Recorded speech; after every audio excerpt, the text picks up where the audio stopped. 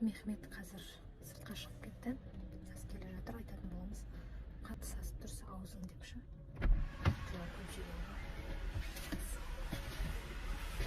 Ne? Kötü şey. Ne kötü şey? Kötü şey. Ne şey? Ya Mehmet. Ne? Ağzın çok kokuyor. Ne? Ağzın çok kokuyor. Ne bakayım? Şey yedin ki. Sarımsak. O çok kokuyor. Şimdi Sakız gel. mı? Gel ki. Gel hemen burada.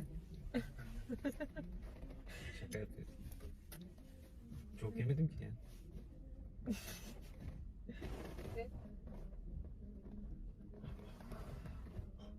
Gerçekten.